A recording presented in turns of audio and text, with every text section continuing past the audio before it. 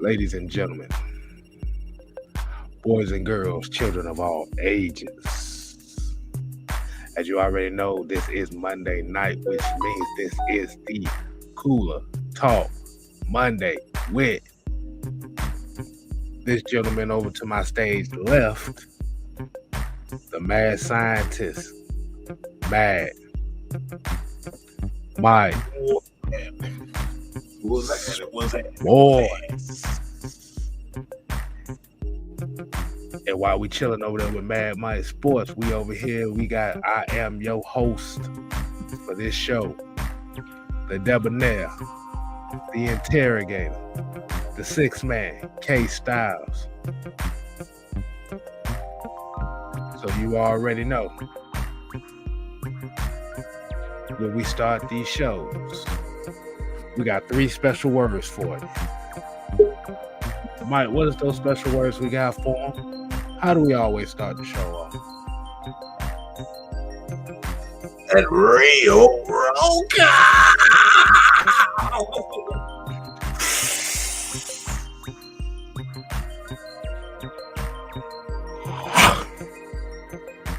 That roll call, baby.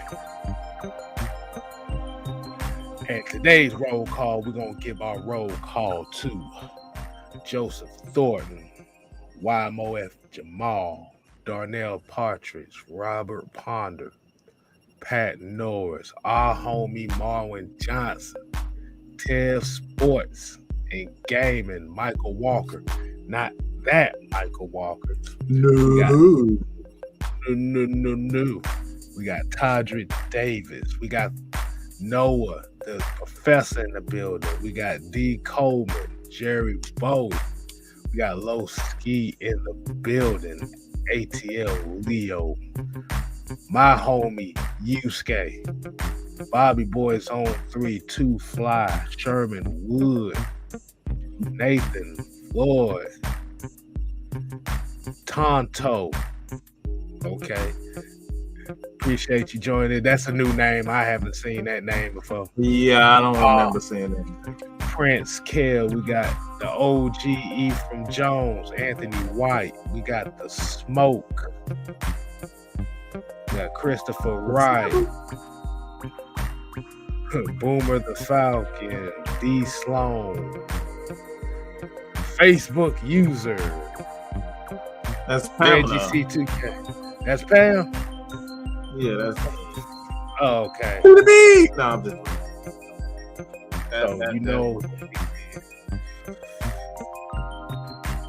We appreciate everybody.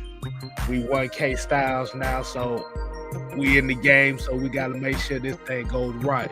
We're about to end this song in 3, 2, 1. But before we get started, we have a special guest tonight. And y'all may know him as the Third Eye. Sexual chocolate is sexual, baby. Love.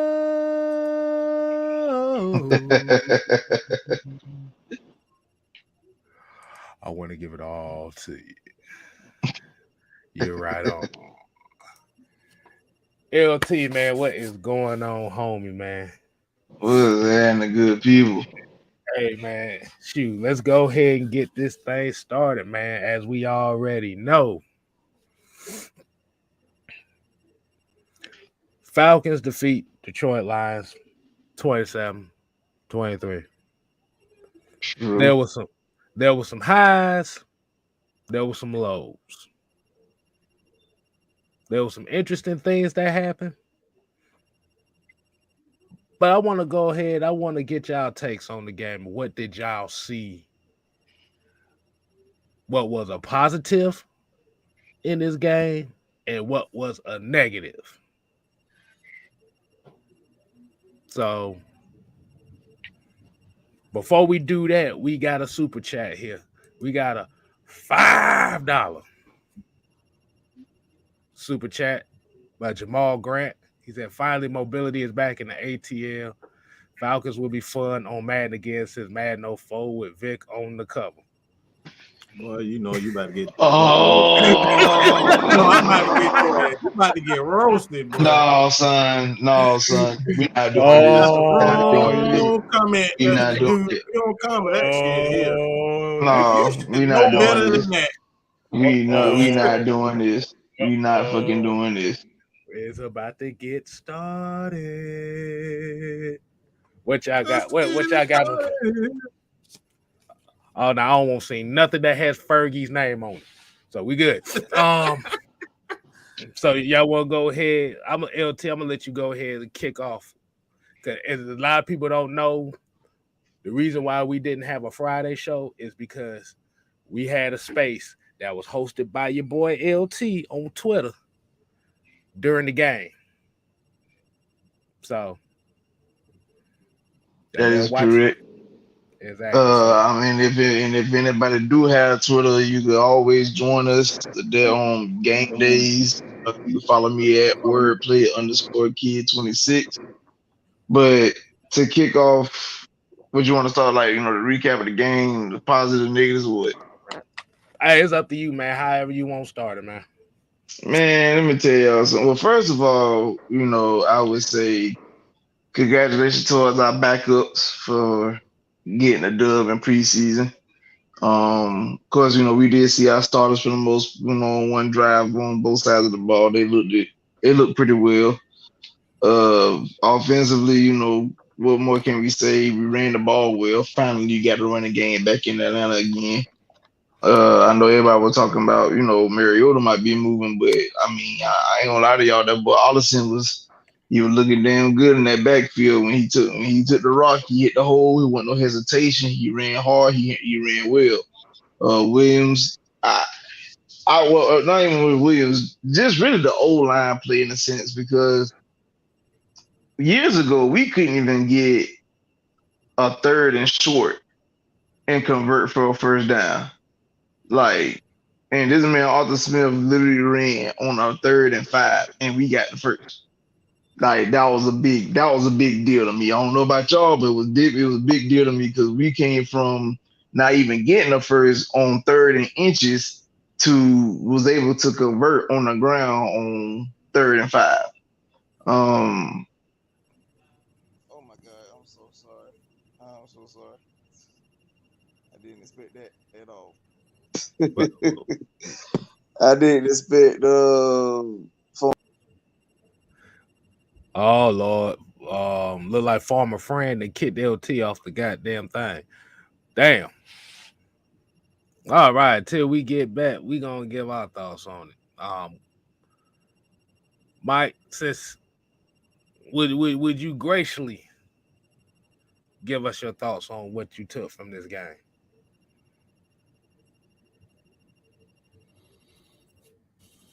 Well, I think people know my name by now. Man, Mike. So I want to start by saying this.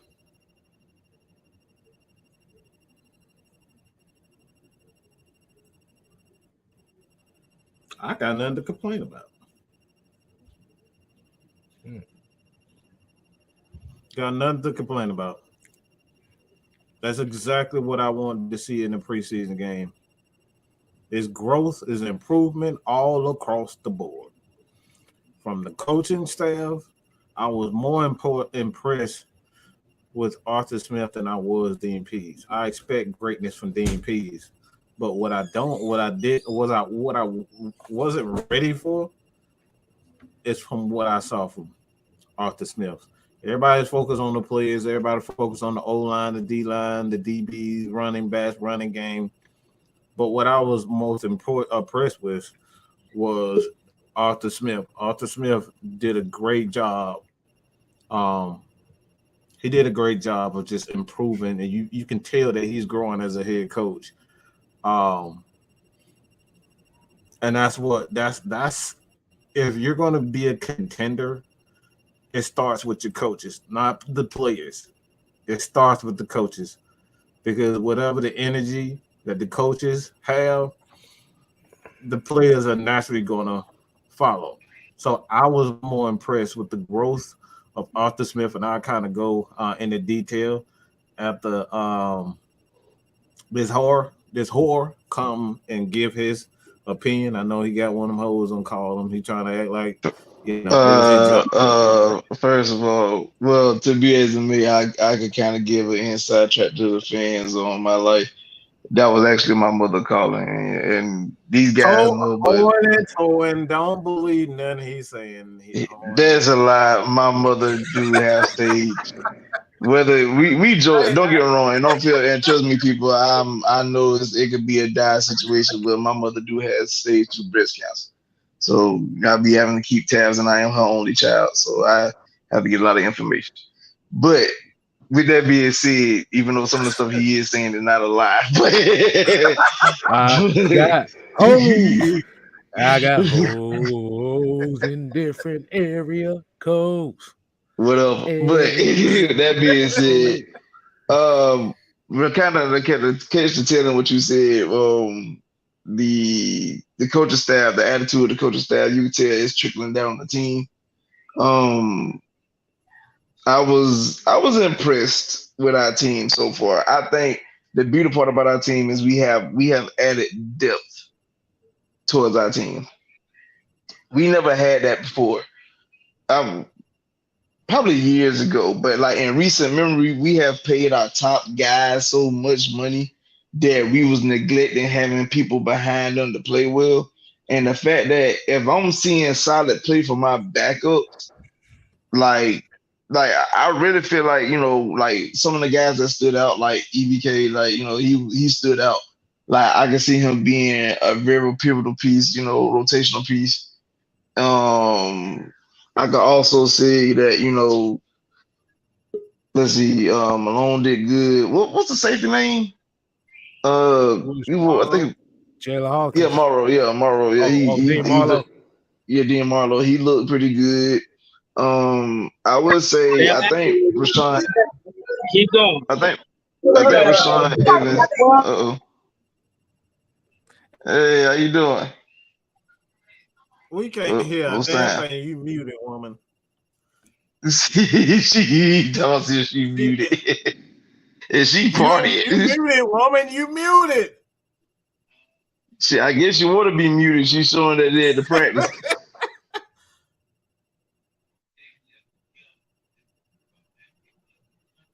Hit the mute. You're muted, woman. You're muted. Lord Jesus. Why she got her forehead so close to the camera? Hey, Mike. Hey, Mike, can we interrupt real quick? Let me get my camera on. Let me get my little vibration on. It won't let me do sideways. Mike, I know y'all doing a show tonight, but we just want to represent for Dirty Bird. Yeah! Dirty Bird! Yeah! One time for the fans. Yeah! Dirty Bird! Home team! Home team! Home team! Home team! Home team! Home team! What area? Home team! What's up, Eric? We on the show. What's up?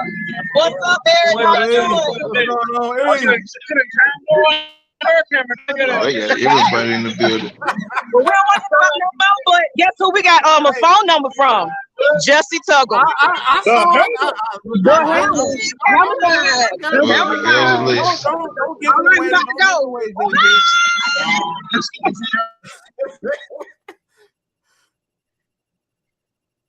Yeah, but yeah, we got a lot of stuff coming for y'all. And like you said, as you can see, it is one of the most awkward days to have an open practice on a Monday. I guess the Falcons wanted that to kind of get some things off, but All right. But going into what you were saying as far as the coaching staff is concerned, man, I totally agree as far as like the how. And before you was on, I was kind of going into detail as far as the team is concerned. Anyway, you got the head coaches, the coaches, wherever their head is, whatever if they are improving as a head coach, especially as the play calling, because I like the way he kind of had the balance between the running game and the passing game. He didn't get too carried away. He didn't put his players in awkward positions where they had to kind of throw too much. I like that from Arthur Smith. One thing I did like from Arthur, and I think I don't know what's wrong with K Styles. I guess he got some bad news. But I like the bad news was Anime came in and fucked my whole damn internet up.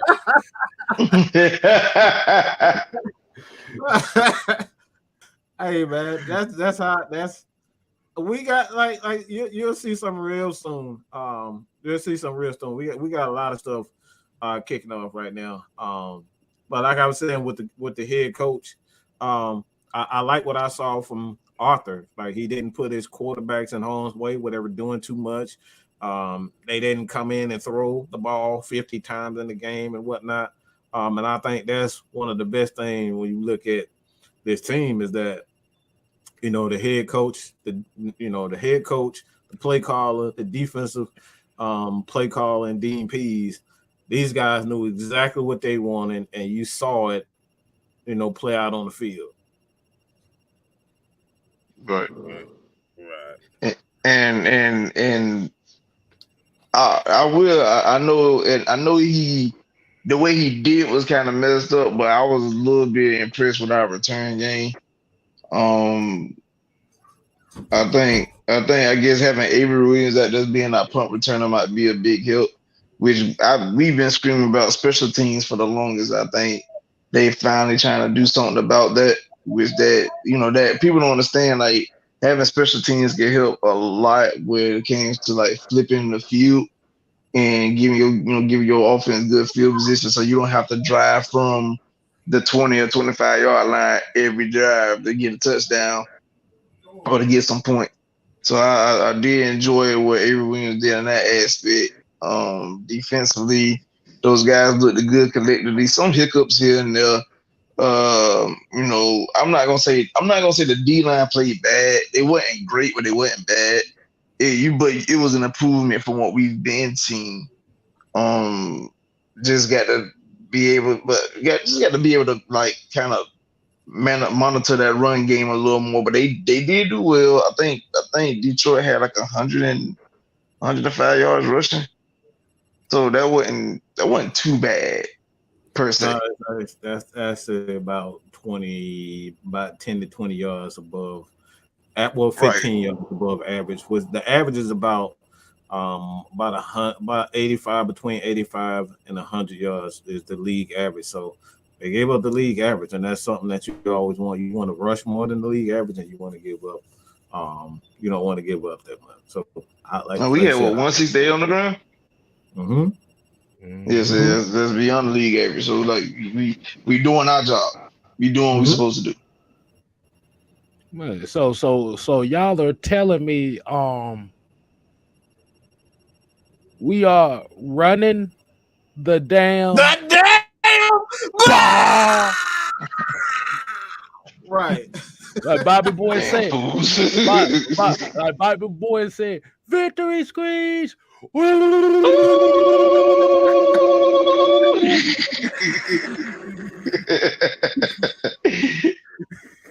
But man, we got a $2 super chat here from Tay Rush, man. We definitely appreciate you on this one, man. He said, how do y'all like seeing our quarterback under center? Before we get to that one, because I think that's going to be an interesting talking point. I kind of want to get my 2 cents on my pros and cons of what I see.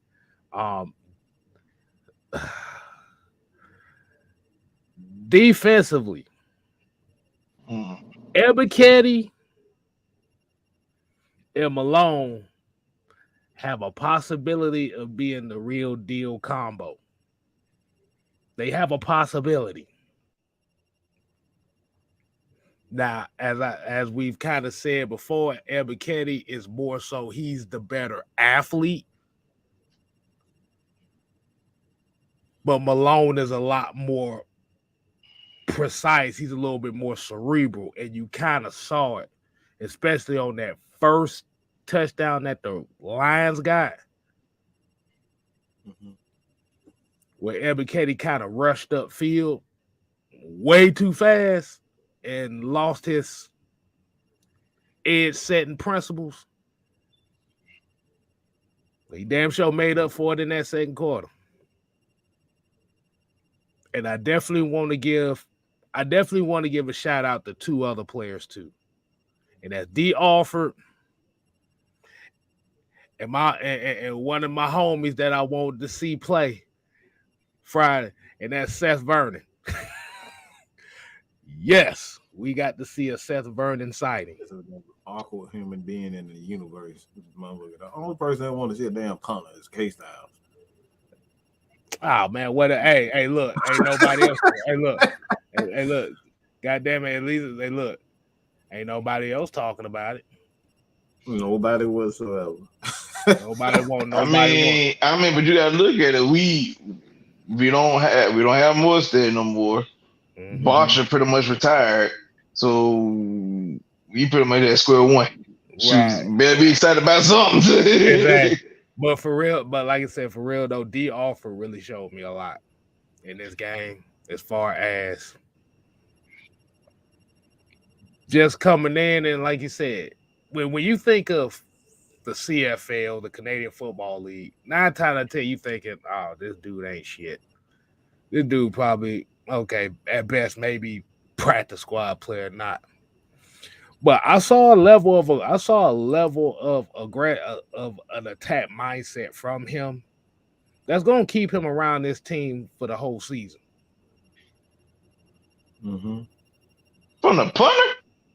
I'm talking about the corner. I said the good offer, not flags. Oh no, Lord, thank you, Jesus. I was hoping he wasn't his cousin, but he performed well. Exactly.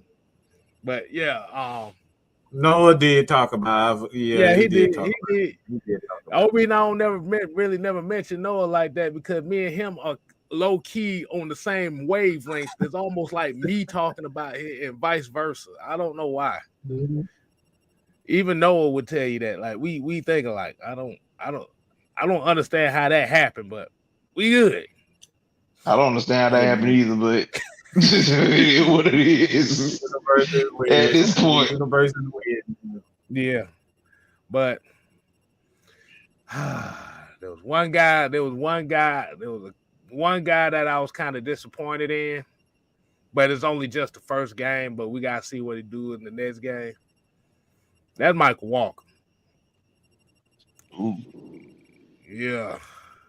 Let me go into that. Open a can of worms with that. Hey, before we do, don't you do it. Before we do, Mike, we got to do a light check break. We got 153 people in here. Mm-hmm. So let's go ahead and do our little light check intermission. We got to get at least 80 likes. Show some love to your boy Mad Mike Sports, man, because we damn sure giving you. Well, how that song goes, we giving you everything the best that we got. Yeah, that's what we do. You the best I got, baby. Exactly. Yeah. See, don't be acting brand new. Don't start, Mr. Hoeing and Towing. I'm trying to give you a break, all right? Wow. Let me sing, okay? You said hoeing and towing. What the hell? I'm trying to sing and he's trying to. Look. I won't cop block anymore if you won't pick on my season. How about that? What?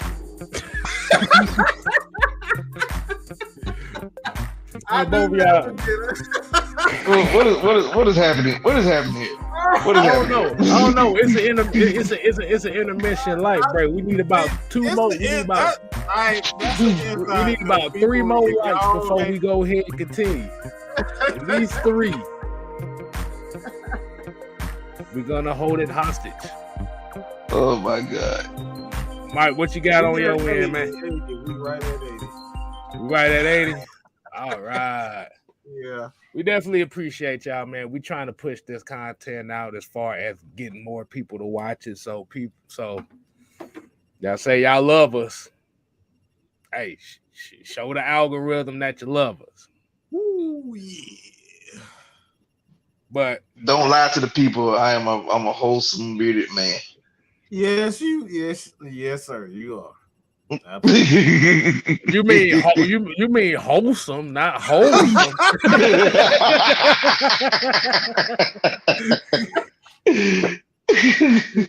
All right, man, for real, man. All right, Mike, what'd you say? You said open up a can of worms, man. Go ahead and elaborate on that. Hold on, we got a $9.99 super chat. Said LT, we lifting your moms up in prayers, good brother. Hashtag beat Hey, the man, y'all don't understand seeing these comments, baseball heart full, man. It's been a lot these last few months. Yeah, I greatly appreciate you all. Know that I mean that from the bottom of my heart, for real.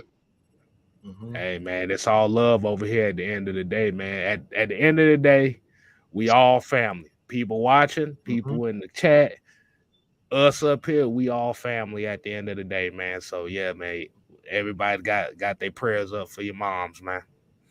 And Thank y'all so much. And like I said, y'all also make sure y'all subscribe to Noah, as well as Alex done started a new channel as well. So if you want to hear the why, man, you go subscribe to the channel SIO. I have all the links at the end at the end of the show on the community tab. So just make sure you guys subscribe and support those guys. LT coming real soon when he get, and congratulations to him for passing his CDL. So he got a lot of stuff going on, man. Right. Life Exactly. is full Thanks, for him man. right now. I'll just say that life is full for him right now. I appreciate that too, man. It was a long road for that. Exactly. Yeah. All right, Mike. You said open a can of worms, man. Go ahead and elaborate on that. Something you guys have to check out is our spaces. Obviously it's hosted by LT, so I won't, cuss people out and do things like that. He wanted to be nice and wholesome, and he wants people to behave and that type of thing. And I'm not the greatest at behaving. So, I damn sure ain't the greatest at behaving. Yeah, them places ain't good for you, K-Style. They ain't good for you. But we kind of elaborated in the first. For me, I think we all kind of saw in the beginning of the game that Detroit was picking on one particular person, and that one particular person for me is Michael Walker. Michael Walker and Rashawn Evans, those guys are one and the same. They're pretty much one and the same, and we really miss Deion Jones in that first. I can say the first quarter, especially the first drive, I don't know what the hell Michael Walker was doing. I don't know what the hell he was thinking.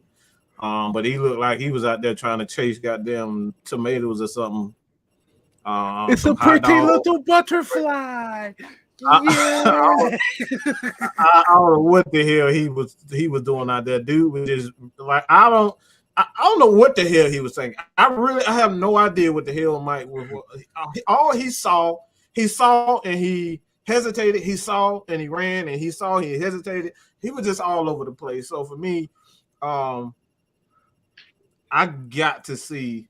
I gotta see how these linebackers behind Michael Walker, Landman is something that Landman is a linebacker that I'm kind of keeping eye on. But people, I'm telling you right now, we in trouble if we don't have Deion Jones. We're in some big time trouble. That like you go back and look at that first drive, all they did the entire drive was take advantage of the middle of the field. And we got two linebackers that pretty much are one and the same in Michael Walker and Rashawn. And those guys they attackers. Like they get after, they see, they get after. Deion Jones is a guy that reacts. All right. And he knows what he sees and he trusts what he sees and he gets at him. So I'm telling you right now, Deion Jones is a player that I'm going to say right now, he is the most important piece to this defense. Ooh, you did not just say it. You did. You didn't just say that. I said it. Deion Jones is the most important piece to this defense because what I saw, granted, I know a lot of people you saying themselves that, granted that it's one game, but from what I saw from both Rashawn Evans and Michael Walker, both of those guys don't care nothing about no damn pass coverage. And let's just keep that 100. Damn, you disrespectful. Damn. Hold on, we got a couple super chats in here right quick, man. We got George Costanza with the $4.99 super chat. Says still should have drafted Jordan Davis. Gotta love that number 8 overall pick. I'm hoping I'm proven wrong. Hutch is gonna be TJ Watt. I don't think. Hold on, let me get the second super chat right quick, and we can elaborate on that one. And Fred Butts here said Arthur Smith won't be here long. Running the ball 100 times a game with no deep shots won't win games. Oh my God.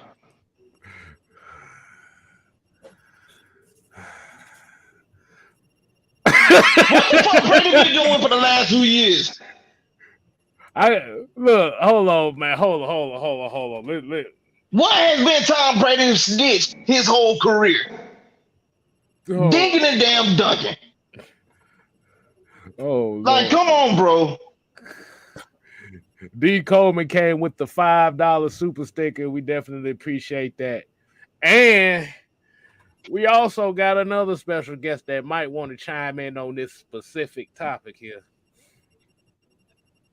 Y'all may know him as Erykah Badu's baby daddy. Yeah, that same Erykah Badu that sells vagina smells in a candle. You can and tell your girl to put her titties away because he gonna come up. No, never mind. You can call on Tyrone. Call him. What's up, y'all? How we doing tonight? What's going on, man? What's going on? What's that? Nah, I mean, I was in here for a little bit, so I heard the convo. But Fred, man, my God, Fred, my God, man. Because why is it every time I come in here, Fred just gives me an outrageous comment? It just never fails. I come in here and Fred gives me just something out of pocket. Game, bro. Appreciate it. How you doing, man? Wait.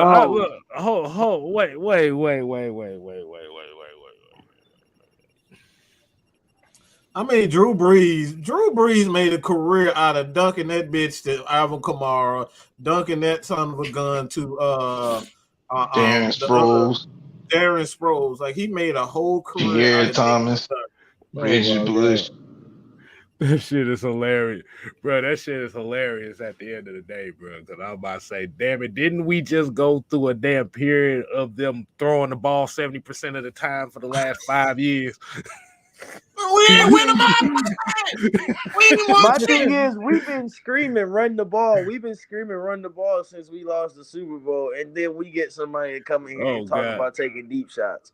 It's a thing where why is that you don't have to take deep shots to win in this league. You really don't. I feel like people think you gotta run. You don't have to run a damn air raid offense to win a football game in the NFL. So my question with me is how many? All he did was run and check down, and he won a national damn championship.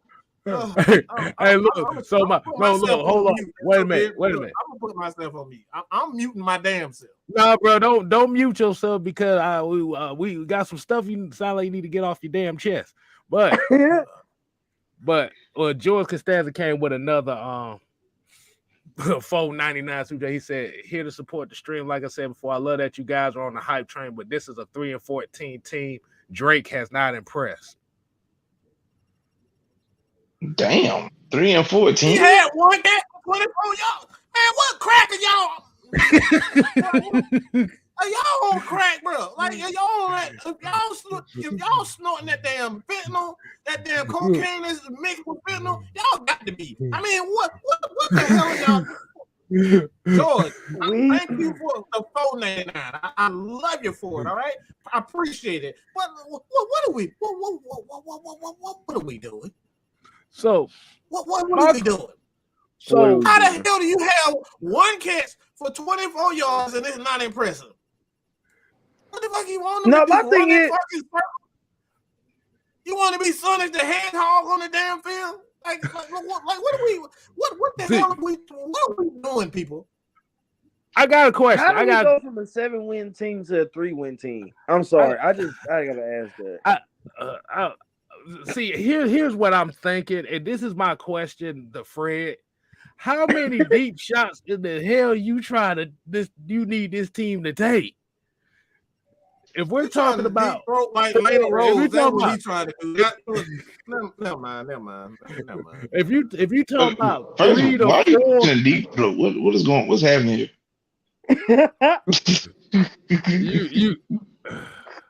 You see, I had a joke. I ain't saying nothing. I had a joke. I had a joke that I almost said right here live on screen. I'm like, nah, we ain't doing it.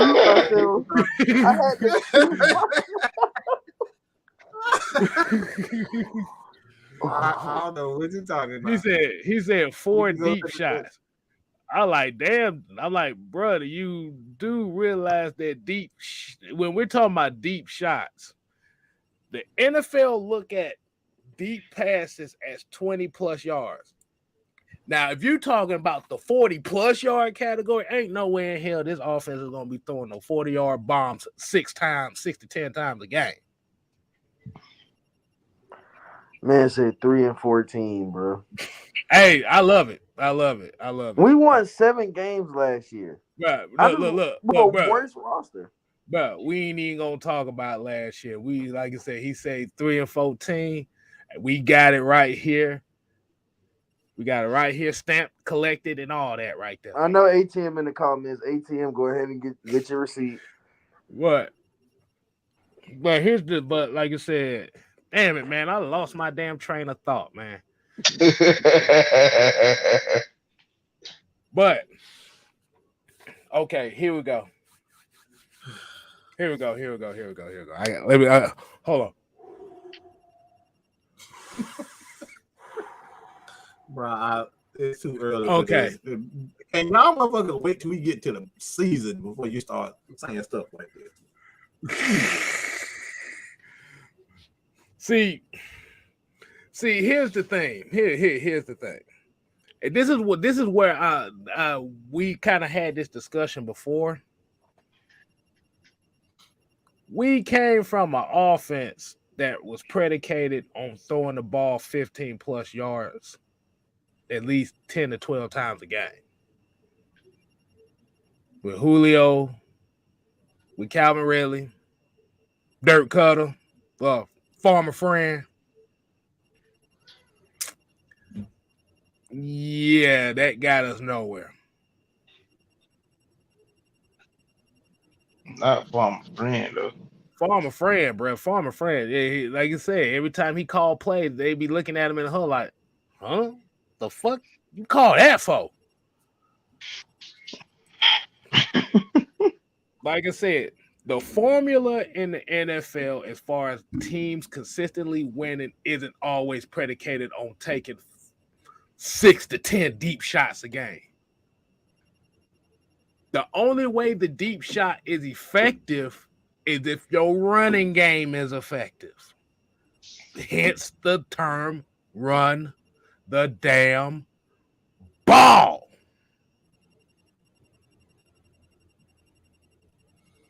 Yes, Marcus Mariota.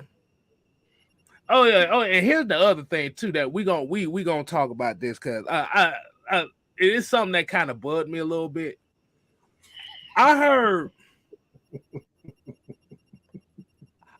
a lot of people complaining that Marcus Mariota didn't throw the ball enough. I gotta get this shit off chest right now. Hey, let me shout out this 49er fan, man. I'm gonna shout him out. He said we got a good defense. It's only practice. Our tight end. And like I said, the 49ers right now is a team that you want to implement their psychology, which is they're going to run the ball. They're going to play defense. The running game is going to set up those deep passes. This is what the Falcons need to do. This is what we've been clamoring for the Falcons to do. This is what run the damn ball is all about. They don't take deep shots like that. They got guys that get yak yardage. That's what it is. You need guys. We got two guys right now that in college had some of the highest yak yards you could ever have. And Kyle Pitts and Drake London. Their yak yard, if you want to go back and just look at their receiving numbers off of just yak, you'd be surprised. And after contact. You should look at their yards after contact and their yards after catch. Both of them. And you're gonna be like, dang. You're like, they're talented. And you didn't see Drake. Drake played a couple of snaps, caught one ball, went 24 yards and got out the game. Mm-hmm. Yeah. Yeah, yards. That's what Alabama and Georgia offense is all about. It's about the West Coast offense. They catch the ball on the crosses. That what Jamison Williams did all this damn year. He did it all year. That's the emphasis on the Kansas City offense. It's all about yak yardage. It's all about yak. I'm gonna give you the ball in a good spot where you got yardage to take off. Right. That's really all it is. I'm gonna put you in the spot where you got position to run upfield or to catch the ball in stride and keep going upfield. That's all. And the one play that Drake had, he literally did exactly what you're saying. Exactly. Right. But getting back to my point, I'm lollygagging right after work. I'm sitting here about to head home, and I get into a messenger chat with my brothers over here. These guys had the nerve to tell me that you know what? Let me put this comment up here right quick. This is what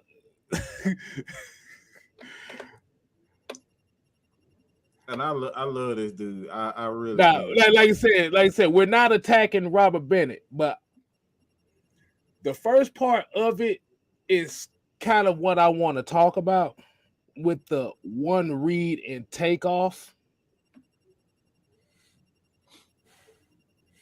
There was, like I said, and it's not just him, because I like Robert. Robert, we cool and all that stuff. I'm not attacking you. I got to put this disclaimer out here. I am not attacking anybody. Because for God's sake, it seems like anytime I try to attack a point, somebody taking it, I'm trying to attack them. But there's been he's lying, but continue. Whatever, man. But there was some rumblings going around here in this Atlanta Falcon fan base that was mad that Mariota only threw the ball 3 times. But he threw the ball 3 times, but we scored a touchdown. And this was the kicker part. Somebody had the audacity to say that they was mad that the Falcons offense took so long to score that they should have scored within 2 minutes. What?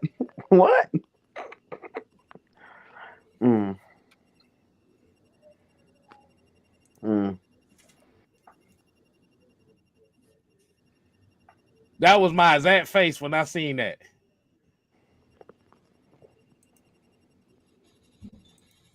That was my exact face when I seen that. So my question would be is, we sat here for the last 2 years complaining about there was not a we had a quarterback that couldn't run. Now you get 3 of them, and now we complaining the fact that that quarterback isn't passing the ball. Okay, so Great One said we need to make sure he can throw. What do you, if you got a good running game, right? It really don't matter how good he can throw. And with the offense, we think we gonna run. And what we saw in that game, there's no need to have a cannon of an arm. Like, dog, there's really no reason to have a cannon. San Francisco 49ers won a game with a dude. Garoppolo threw 8 passes in a playoff game, and they won by fucking 30 points. And they blew him out. Against Aaron Rodgers now.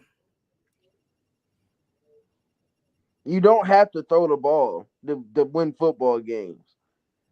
Y'all, if you played football, you know I done had a coach that ran the ball for 20 plays until you get to the red zone. He still run the ball.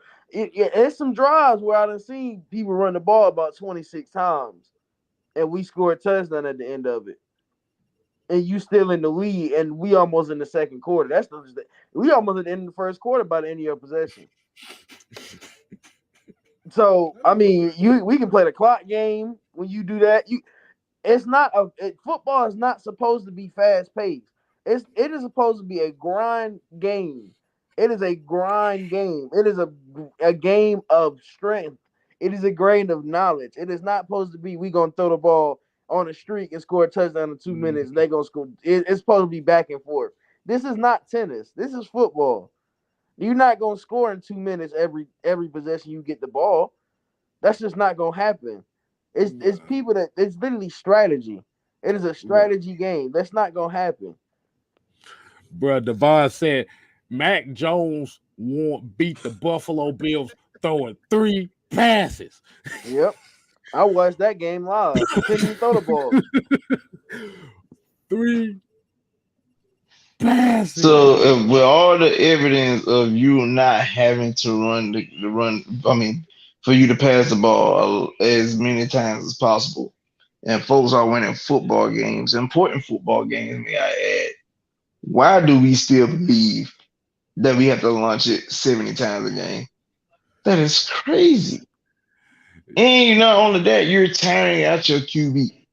You need your QB to be able to pass the ball when the postseason gets here. And not complaining about this shit that lost us. What are we?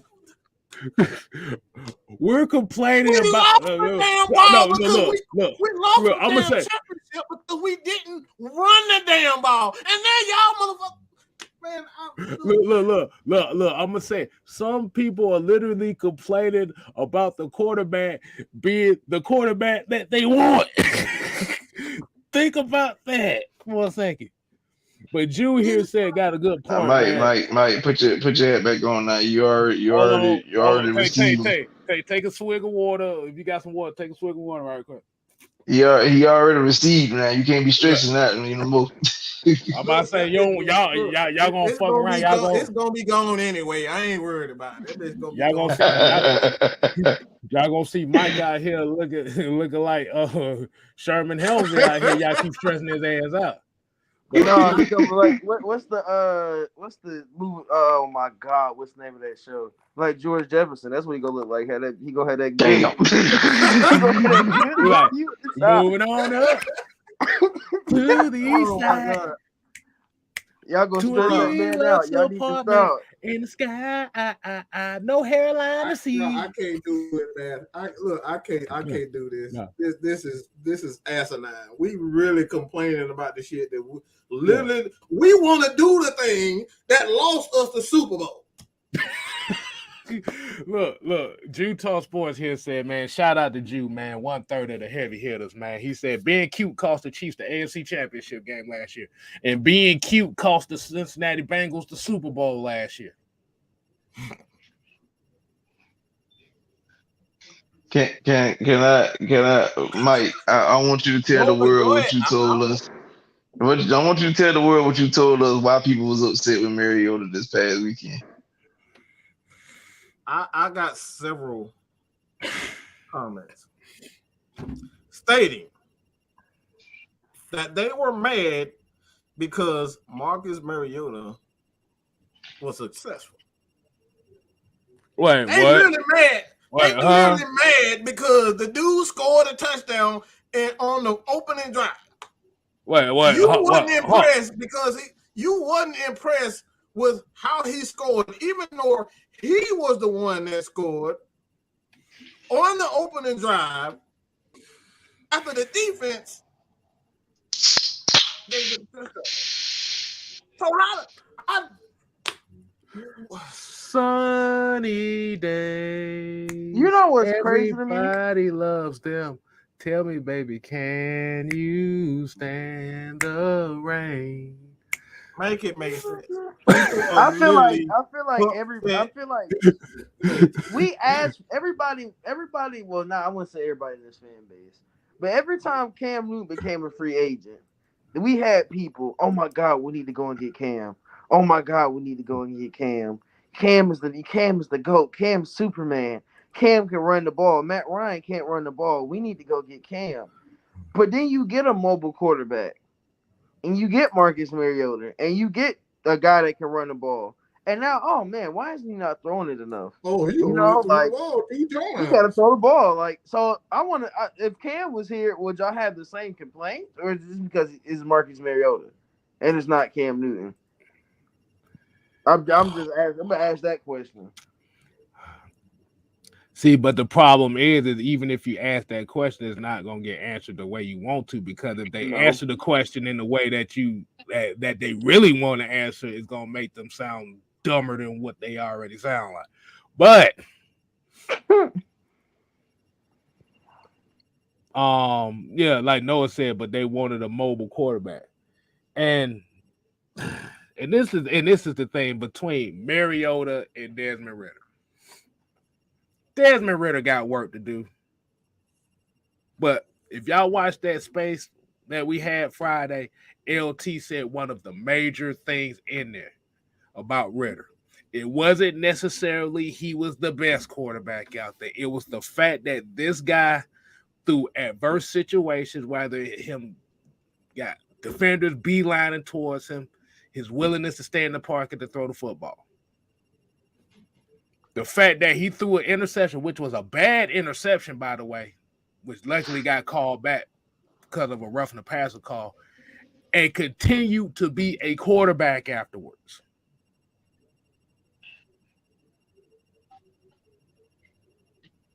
He never pretty lost. much was the best part about it. Right. Like you notice most QBs that's young, when the pocket collapses, and their first instinct is, well, I can't the pocket collapse and let me take off and run. That wasn't the case with him. Right. The doggone pocket collapse, and he was like, you know what, let me still try to make a play with my arm. Now, did he try to extend the play a few times? Of course he did. As he should. He extended the play a couple times and made some throws. He extended the play a couple times and didn't make throws. But overall, I was impressed with things of that nature. I wasn't worried about the stat line. I wasn't worried about if he was going to be able to go 30 for 30 in the game. I wasn't worried about him, putting no astronomical numbers. I need to see certain intangibles that can make you into a great quarterback. Because if he's going to be our future, I need you to be able to I need him to be able to handle that pressure, because it's going to come. Mm-hmm. The light is going to get bright for him. It's going to come time where the game is on the line and he's going to have to try to make a play like he did against, like he did this past Friday. But like I said, you got to have poise. You can't immediately take off a run because the pocket collapsed on you. Especially if you trust your instincts and trust your ability, you could immediately, even if you just stand there, stand firm in the pocket, and you could possibly be able to find you an open receiver, even though you're under pressure. That helps a lot. Malik Willis. I just wanted to throw it out there. I just want, you know. Oh my God, I don't even want to go down there. I'm I not don't want gonna to say go. that. I just want to say I don't his want to go name. down that road. I just wanted to say his name because I just know how Cause beloved he was. it's bringing up that Tennessee Titan fan that came in that damn space, and I almost went the fuck off. I kind of did, but he hung up before I really went the hell off on him. Nah, I had to kick him out of space by the time you got a chance to go ape shit. I knew that was coming. Yeah. So when I seen how it was going, I was like, yeah, let me get him up out of here immediately. I just want to say this though, because we had a lot of debate. Everybody can say we had a lot of debate on if we wouldn't have got a quarterback this year, who it should be. And we all had our own names, but everybody wanted to have this consensus pick that we should go and get Malik Willis at number 8. Now, we can go and look at that first game. We can go and watch him play and watch him get benched. But I'm not going to do that. I'm just going to say this. You wish for something and you almost wish for the wrong thing as a fan base. That's all I'm going to say. You almost wish for the wrong thing. Right. And now you realizing it, and now we joking and laughing about it, we hee and ha-ha about how bad he is. But y'all wanted him. And I'm not going to let y'all forget that. That was y'all quarterback of the future. Y'all was making edits to that man in Falcons uniform. Mm-hmm. And now we want to hee ha ha. Don't do that. I mean, my thing is this though. Like, I will say this. I think the man could possibly be successful. Only thing is, he's just gonna have to work on his game. Like, really work on his game. The problem is though, like we said, the man got benched, but there's a reason for him being benched. The man got benched because he not making the throws. The same reason why we all like Ritter for what he did is the reason why Malik got benched. And that's not me taking a shot at the young man, but that's just how his game was. So he gonna have to make adjustments. But you can't sit here and be like, well, we wanted Malik Willis and so on and so forth. When you got a person, like I said, we got Desmond Ritter, and you see how he stayed in the pocket and trying to make reads and throws when Malik didn't do that at all. Because the play that caused that man to get benched was the play where he had 2 open receivers and didn't throw to neither one. Mm-hmm. Got scared. I feel like we watched them not draft 2 quarterbacks. I'm not going to even say the other person's name. And we've seen them 2 quarterbacks not be successful. And there's still people that try to go out and defend those 2 quarterbacks and why they should be on our team. And that doesn't make sense to me. I'm like, bro, you got a future now. Now everybody in love with Ritter. Now you don't want to go back to what you were saying last year in the draft. You don't want to go back to what you said this year in the draft. But now you want to say, oh, I'm a Desmond Ritter fan. You didn't even know who Desmond Ritter was before y'all didn't know who he was. Probably a lot of y'all, if you didn't watch college football, you definitely didn't know who he was before we started the draft process. And you definitely didn't think he was coming to Atlanta. So when we talk about stuff like that, we've been telling y'all, you got to listen to us. Y'all ain't want to listen to us. We was telling y'all about Malik. We was telling you about every quarterback in this class. And y'all was there. Everybody was still Malik. Now you stuck. Now Tennessee fans are sitting there feeling like they got bamboozled about what they thought they was gonna get because he was supposed to be some type of super athlete. He was a super talent. And in his first game on the field in the Tennessee Titans uniform, he barely threw the football. And he had wide open receivers. See, y'all keep bringing up that Titan fan. That's the question I asked that he's talking about our wide receiver core. I literally asked him, like, who the fuck are y'all throwing to? I mean, he just upset because we finessed him. That's all. Yeah, they got finessed like a motherfucker, boy. They got finessed and They ain't got nothing else to go with that. Because really, at the end of the day, man, y'all And not got only you lost Hula, you lost AJ Brown too. Like, dang. Mm-hmm. Right. Because in actuality, if we actually think about Ritter, actually Ritter hurt himself by not coming out of the draft. We're talking about status wise. He actually hurt himself not coming out of the draft after 2020. But it's a possible blessing in disguise for us. So y'all asses better goddamn be patient. Because if dude's sitting up here throwing interceptions and fumbles and he's still trying to throw the ball, he's still trying to make plays with the arm.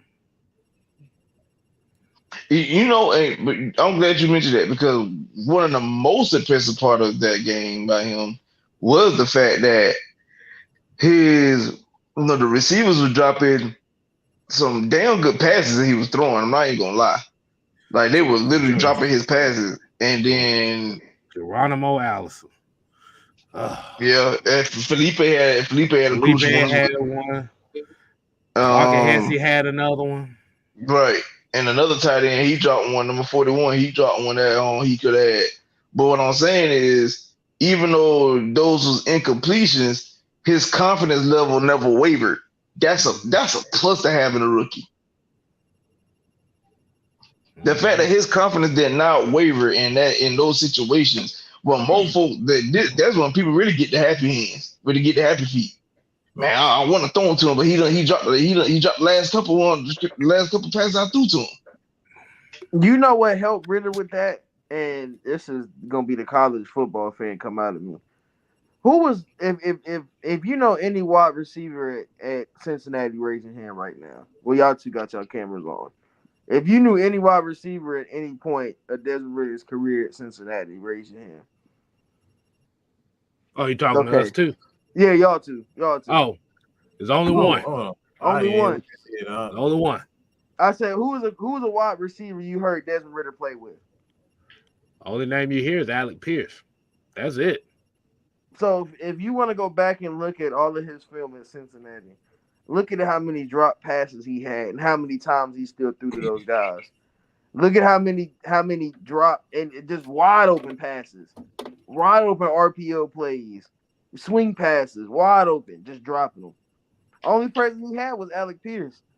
So think about what the troubles he had to endure at wide receiver. Not that those guys are bad or they're trash or anything, but these aren't your normal D1 wide receivers. Those guys that you be like, okay, these some sure-handed guys. And now he's playing with the guys in the NFL that aren't the sure-handed guys.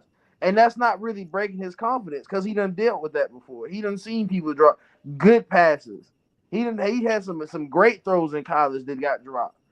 And he's just used to it now. And it's like you got to be adapting that. And that brings his confidence up. His senior year, and like you said, him not coming out his junior year was a drop down on his draft status. But his senior year was a big boost in his confidence and his game level. He's a lot smarter now than what he would have been if he would have came out his junior year. And he said it himself. He said he really appreciated going back his last year because it helped him out a lot more. Right. One thing I always say with quarterbacks is that, and one of the things coming out of college where, I kind of question Desmond Ritter is that he is a slave to the coach. What I mean by that is whatever the coach wants him to be, he's not going to go outside of that. That could be a good thing. That could be a bad thing. But in the NFL, you got to have the ability to not only listen to your coach, but sometimes the coach is going to put you in a position where like you're going to have to, speak up. You have to speak up and say, I don't think that's what we going to do. You go back to the game with the Saints with Drew Brees. Your boy Sean Payton wanted to go for it. He ended up going for it.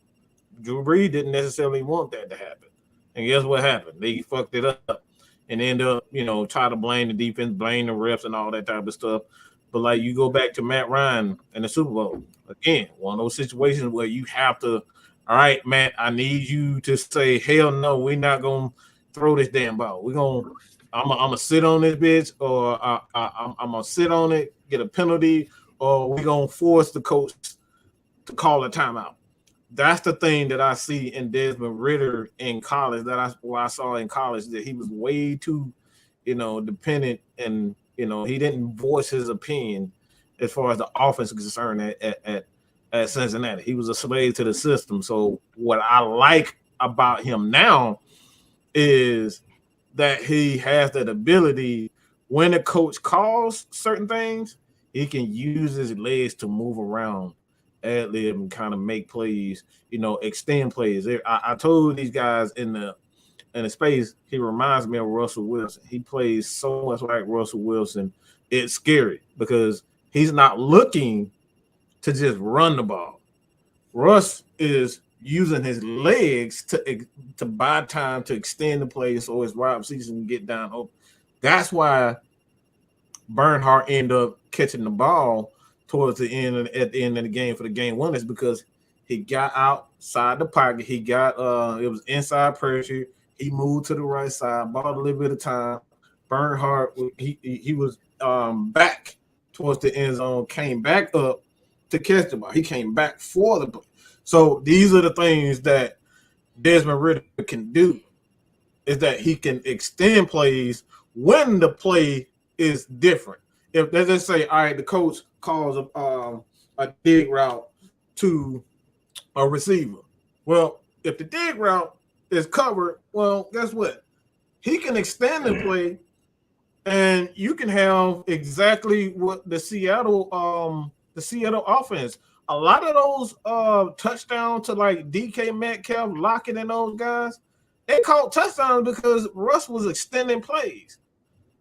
And those guys got behind the safeties and they end up scoring touchdowns. So that's the type of thing in an offense with Desmond Ritter and even Marcus Mariota, you're going to see with the Atlanta Falcons. They're going to extend plays, and they're going to bail the quarterbacks, the coaches out, with some possible bad plays. And that's something that having a Matt Ryan, Matt Ryan is not going to be able to do that for you. He can't move in the pocket. Tom Brady's not going to be able to do that for you. He can't move in the pocket. So those are the things you're going to see that's going to be different. And this is why you got guys like Drake London, Demir Bird, and Cordero Patterson, is because these guys can run. And not only are they run, but these guys, most of them have been punt returners, kick returners, and things of that nature that can actually move, with their feet. And Kyle Pitts going to be amazing in this. I'm just telling y'all right now, Kyle Pitts going to be amazing in this offense, because the defense is not going to know what the hell to do, especially when Marcus Mariota and Desmond Ritter are at quarterback. Because now you got a guy that you double team, and then you turn around and have to, all right, damn, you got to keep your eye on a 6'6" guy who running a 4.4. You got to chase him all game long. So it's going to be scary, man. This offense is going to be scary. It's going to be problematic. I got a question for everybody. LT, Tyrone, I'm going to let y'all two, whoever want to answer this first. Do y'all like pancakes? Extra syrup? Of course. Yes. I'm trying to figure out what this angle. What's the angle here? I know where you're going with it. I think I know where he's going. I'm gonna ask the people in the chat. Do y'all like pancakes?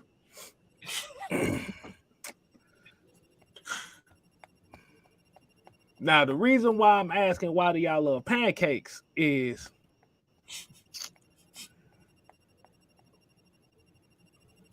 when we watched the running game run with Quadri Olsen, Damian Williams, who was leading the train? Which side of the offensive line was leading the train in them running yards? Right side. You know who I'm talking about now, do you, LT? You know who I'm talking about now, do you? Yeah. Yeah, I know. Yeah, I do.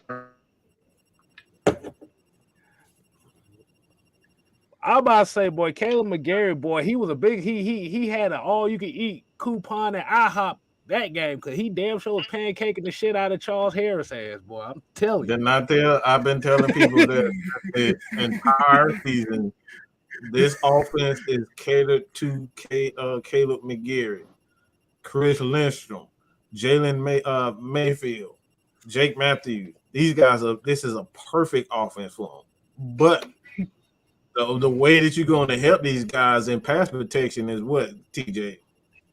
Is where you want me to go with it? With the center, you want to go center route? Just take it where you want to go. How are you going to help these offensive linemen? If you got to put them in pass pro, and they're not, none of them are bad in pass pro.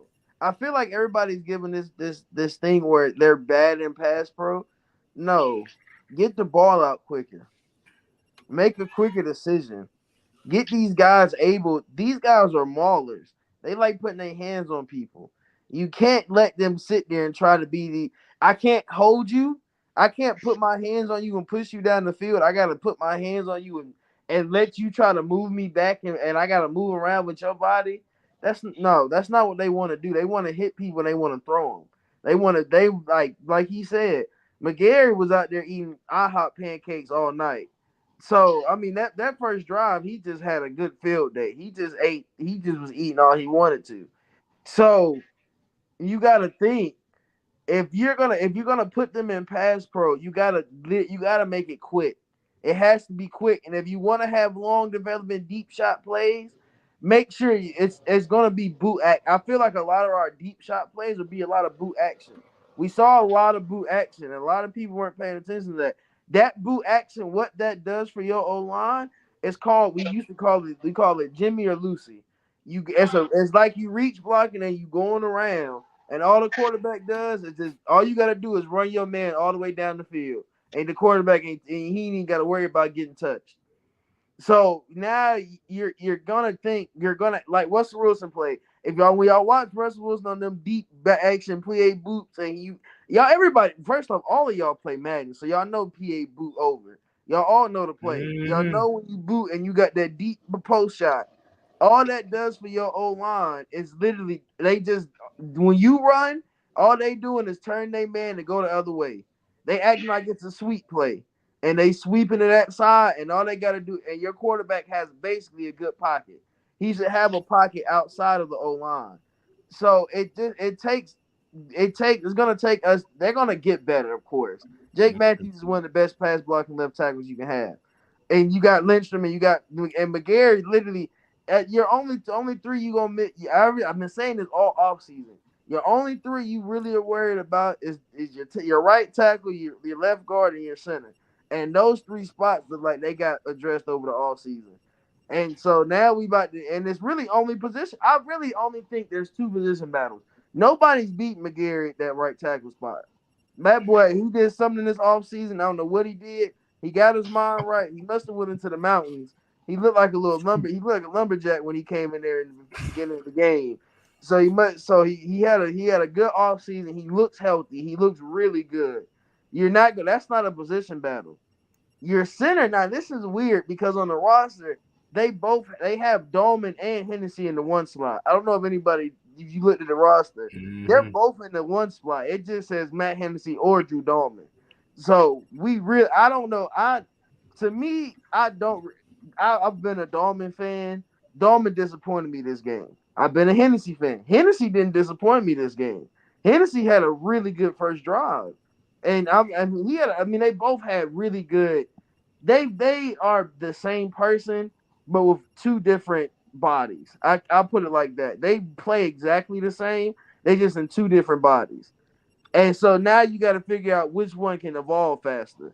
It's like having two Pokemon and you fight with both of them, and now you got to figure out which one evolve faster. So now you're going through an evolve phase. And one thing I'm gonna tell y'all. Wilkerson plays pass pro amazing, But that boy can't run block if he had a fire. That boy can run block if he had a fire lit under his ass. I don't care what I don't care what he had no kick. He had no spark. He had no drive. And I'm sitting here looking at people on Twitter talking about, hey man, I think Mayfield might be out of there. Wilkerson had a really good dog. No, he didn't. Let's go back and look at the run plays and look at what side we ran to. Let's go look at when we put Mayfield in the game and we ran to the left side, how many yards you got. You can put the ball. I always will say this. You can put the ball behind Mayfield's ass because Mayfield gonna move that big ass Mayfield truck and he gonna take you down the field. So you can run behind him. It's the same thing with Dahlman. And it's so funny because you can do the same thing with Hennessy and Dahlman. It's just on pass pro and second level blocking. That's the only thing that you gonna get between. That goes back to them. But Mayfield's my starter. I know people are gonna kill me in the comments. They're gonna crucify me, but Mayfield's my starter at left guard. I really think the only thing he has to do in his next 2 games is show me better pass protection, and he's gonna start. Because Wilkerson is not the right guard for this offense. He does not fit that O-line very well. He does not play physical enough for me. Boy, that motherfucker look like a Magikarp out there trying to run block and shit. I saw somebody tell Mayfield to retire because he did a cut block and the dude was on top of him and touched his back, and supposedly that's not how you cut block. So I'm gonna do a video demonstration on how you cut block and how the D lineman's hands are actually supposed to touch your back because you flip them on their stomach and they're gonna lay on top of you. But that's just something that I had to throw that out there because I feel like people don't respect O-line play, and I just want to I'm gonna make a shirt that has respect on linemen because I feel like people just don't respect that position enough. Hey, look here, bro. You sitting here with us. I know. Well, like I said, these folk gonna respect the old line around here. It just don't. It doesn't make sense to tell a kid that's in his second year. I'm calling him a kid, and we the same age. But to tell a kid that he should retire because he did a cut block that was a good cut block, but you don't know football, so you gonna tell him to retire. That don't make sense. That's dumb. That just is dumb. I can't put words behind. Somebody explain something to me. How the hell you're not supposed to touch a damn old lineman that's going at your knees? In the back. You're not gonna touch their back, but they hitting you in the knees. Yeah. These are the people that we follow, and they're blowing up on Twitter saying defensive lineman is not supposed to touch an offensive lineman back. How the hell is that physically possible to not touch an offensive lineman back who's literally diving at your midsection? But no, and then the thing is, you're showing out of context clips. You didn't even show the full play. You just showed the part of McGarry laying on his stomach and the guy on his back. You didn't even show the play from the beginning. You just showed that part. So it fits your narrative. Don't fit narratives when it comes to O-line because I'm going to come and eat you alive about them. All right, hey, LT, man. Hey, LT, what you got on this take, man? What you got on this, man? I'm just enjoying the show right now. Look, because I'm about to say, man, like I said, Tyrone over here, and like I said, this is the old line. This is old line extraordinaire right here, man. Like I said, I understand the old line aspect of it too, man. At the end of the day, bro.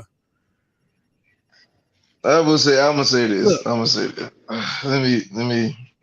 Look, no, let me say it right quick. All right. Yeah. Yes, his back was touching, his hands was touching Mayfield's back. But was the defender on his feet? Now, if the defender was on his feet touching his back, there's another different story. He laying down, so he ain't got no goddamn leverage. Only thing that made that play look bad was Drew Dahlman. Let me help y'all folks out on this matter. Go ahead. Fans, listen to me closely. When you're on that front, whether you're playing the offensive line, defensive line, linebacker, it is a very fast motion. There's no such thing you could think, process, and then do whatever. It's read and react. It is very fast on that line. Like if a prime example, when I played high school ball, our offense ran out of the wing T offense. We had a play called 32 trap. And as a defensive lineman, the thing about this play was the guard, you could be lined up in front of the tackle. The guard and the tackle will literally bypass you. So initially, your thought process, I'm fit to hit the running back in the backfield, not knowing that a whole guard on the other side of the line just got a head start on coming towards your direction. So you so focused on I'm fit to make the tackle to bam, you off your feet. Now, for saying cut blocks, for you to cut block, if a defender is pushing themselves off you, then you did your job. Because that means he failed, and by him falling, you had to get up. He had to use your body to get up. But by the time he used your body to get off the ground, running back's gone. He's out to play. He's no longer a factor. So people be hard for anybody to say that, you need to retire because you didn't cut block correctly. Clearly, you don't know what a cut block is. Exactly. Clearly, you wasn't watching the Atlanta Falcons in 2016 because that's literally all we did on Kyle. I don't think people understand. I really think people go on like Google and look up, like when people get told like, "Hey, bro, that's just a normal cut block." I feel like that person, because they did put an explanation in the comments, and it was such a Google response question, answer. It was like, okay, we know you don't know what you're talking about at this point. So I feel like if you don't, we always say this, and I mean in the nicest way possible. Don't try to talk football on a real high level basis if you've never played a snap of football. It's as simple as that. It really is. If you've never played a position, don't comment on that position. Y'all don't see me coming on here trying to be a quarterback guru. Y'all don't see me coming on here trying to be a wide receiver guru. When I come on here, I talk about centers and I talk about the big fat ugly boys that play up front. I don't try to talk about other because I don't know what those positions take and how they pray and how they practice. I didn't train in those positions. I trained playing with the big boys. We played ugly, we played nasty. I didn't go out there and play wide receiver. Mike played wide receiver. Mike played quarterback. You got people that played these positions that know how to play these positions. I don't play these positions, so I don't speak on them. That's how I see it. If you didn't play that position and you played football, don't speak on it. Because a lot of people are like, oh, I played football. I know what a quarterback does. Did you play quarterback, though? Did you sit in that room with the offensive coordinator after school and go over the playbook with him play for play? Y'all didn't do none of that, but y'all know how to court. But you was playing third string bench warmer, but you played football, so you should know how it runs. You can't do that. You just can't. You really. That's how I see it. You just can't do that. You have to speak on something you know. If you don't know what you're talking about and it's trying to fit a narrative that you don't like this player and you want them gone, then just put it as that. Don't try to say, "Oh, I know what this is." Because that doesn't make sense. Well, even if you haven't played, at least for the most part, study your craft. All right. Yes. Don't. The one of the quotes that I always say here, I don't give a damn about what your opinion is. If you can't prove to me that this is where things are go, it's about proof. You can't prove to me that a cut block isn't effective.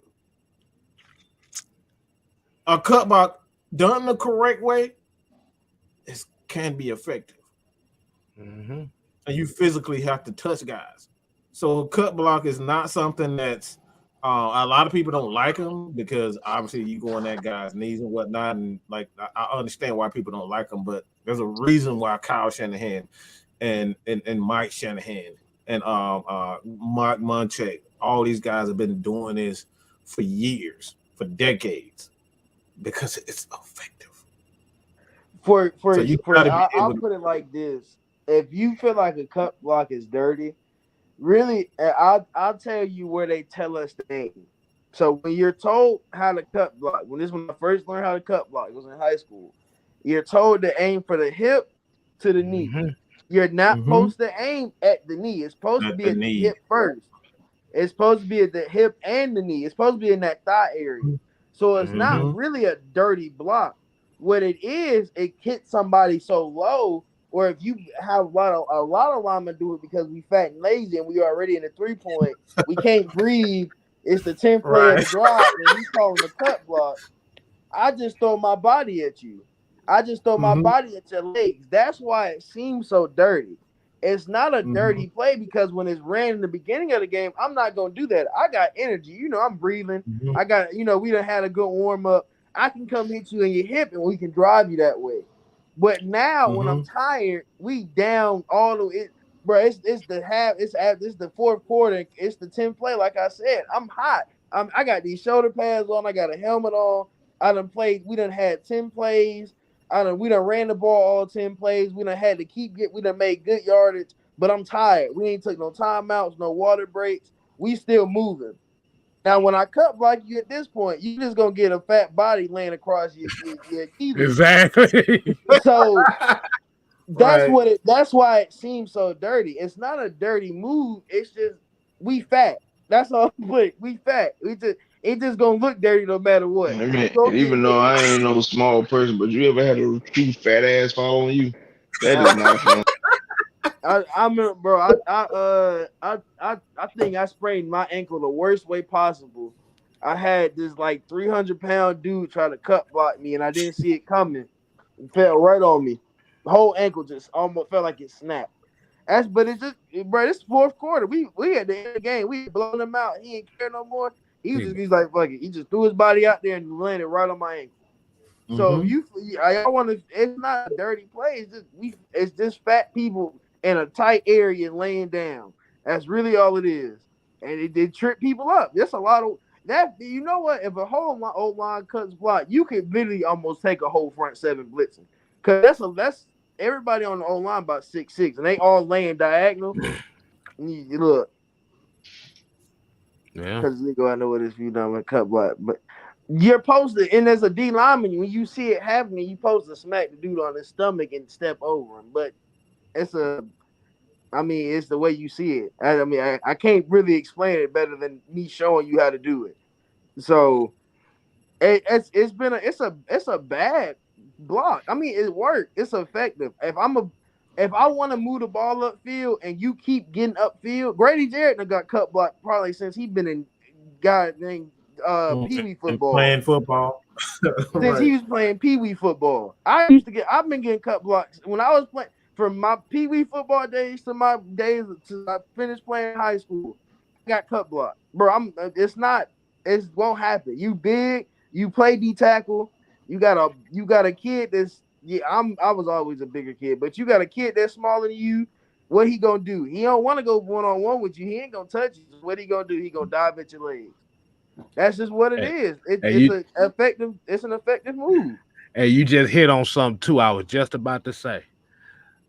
Some folks look at it as a dirty move, but think about it on the other spectrum of it.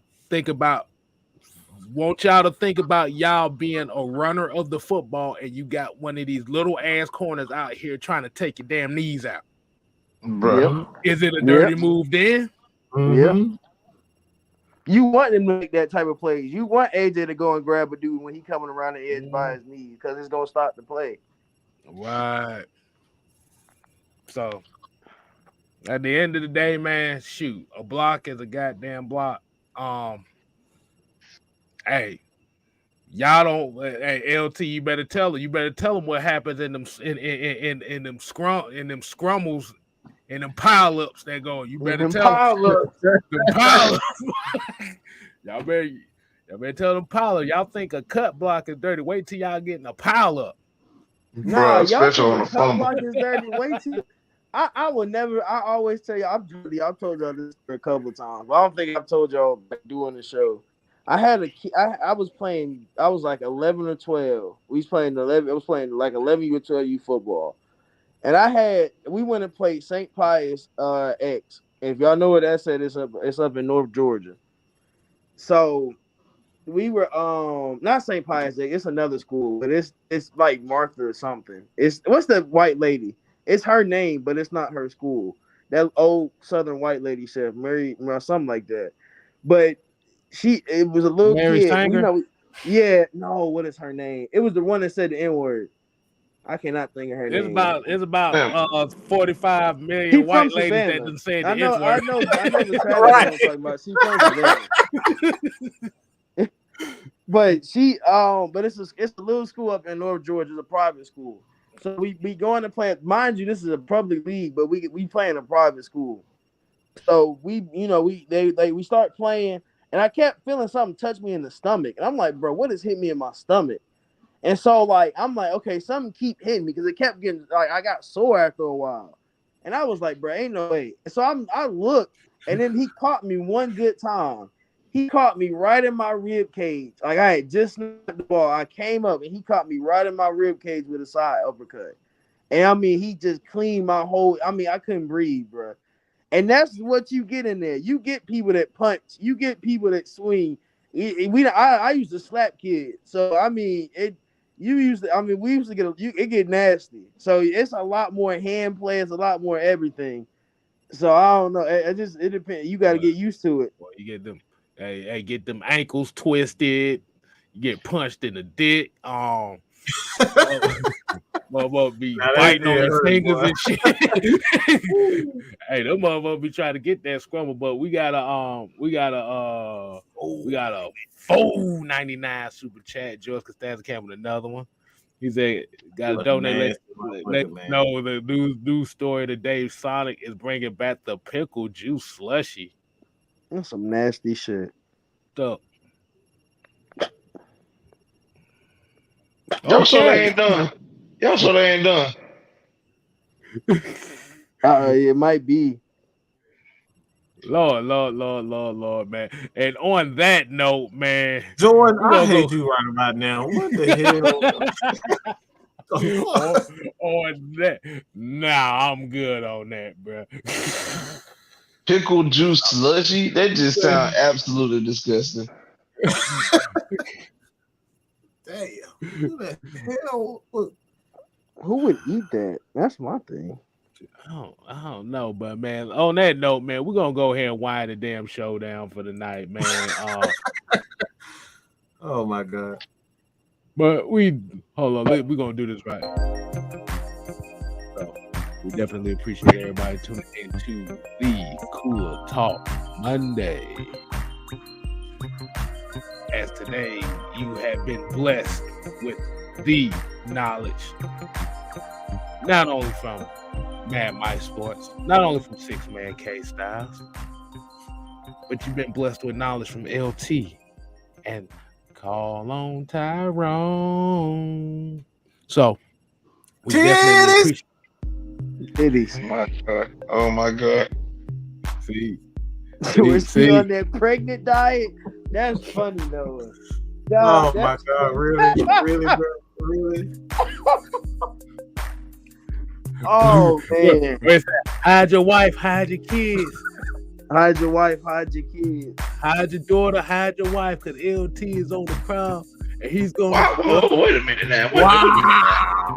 That's LT. Oh, they both, yeah. Y'all both on the goddamn proud. They what the fuck you talking about? Don't act brand new. I ain't doing that. I just go to work and go home. I don't know what you talking about. But going to work and going to sleep. That's all I'm doing. I do an honest man's job. Nah, but for real though, man. All right, we definitely appreciate LT and Tyrone for coming on with us on this Monday, man. Hey, let them know where they can find you, man, if they haven't known already, man. You want to go first, LT?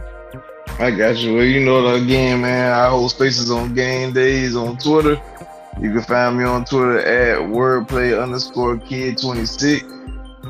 And I guess I can give y'all my Instagram too. It's the same thing. Wordplay_kid26 on my Instagram as well. Yeah, y'all know y'all find me on Twitter.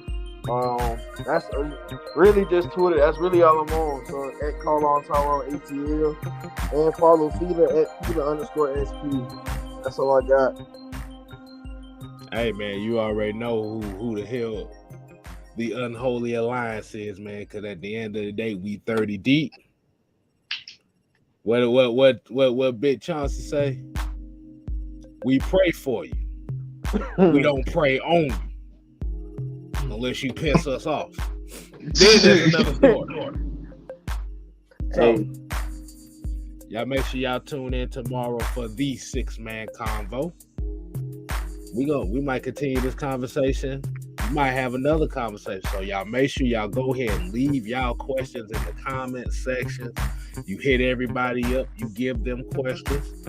Hey, man, we just want the conversation because at the end of the day, you need Falcon football spaces that's going to give you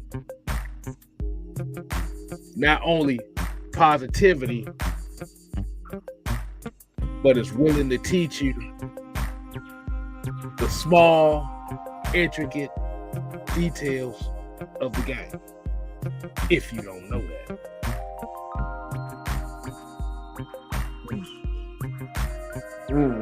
Go ahead, Tyrone. What you got? You say you got something else for me? Yeah, Wednesday. We got K-Styles tomorrow. We got me Wednesday. I'm back, y'all. I'm back for real. I mean, I'm here. I'm actually back. Y'all will see me all season. You will see my face all college football season. So Wednesday will be my first Falcon show, actual Falcon show. So we'll see. Y'all see me. We talking. I gave y'all a little tidbit. I gave y'all a little snippet of what I was gonna talk about. But we're gonna talk about this O-line. Y'all know I'm a fanatic for it. I'll do 30 shows a week if I could on everybody's O-line. But we're gonna talk about these Falcons and my starting 5 and my 5 rotation pieces. So that'll be that conversation. And I got a special guest. So be there at 6:00 on Wednesday. All right, so y'all make sure y'all go check out Tyrone over on Feli Sports. So until next time, people, we ain't here to play. We here to stay. You ain't got to go home.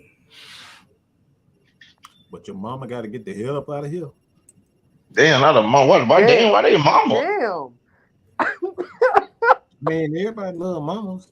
I mean, why they mama got to get in? You just have relations with their mamas on this. Like, what kind of thing you got? Who the hell don't like meals? Like, everybody love meals. Hey, don't get mad at. He said, he like, I'm Tyrone. I'm here to fuck your mama. I know you didn't say that shit. Why did I get involved in the joke? He wasn't so far out of the joke. I had shut my mouth. Bro, you don't remember Tyrone? I remember Tyrone that, because I got that joke off from middle school. That's the main reason I remember Tyrone. God, I hate you, bro. I hate you. You got that pickle juice. I'm just about to puke in my damn mouth thinking about that bullshit. Oh my god. Pickle juice. Pickle juice sounds like it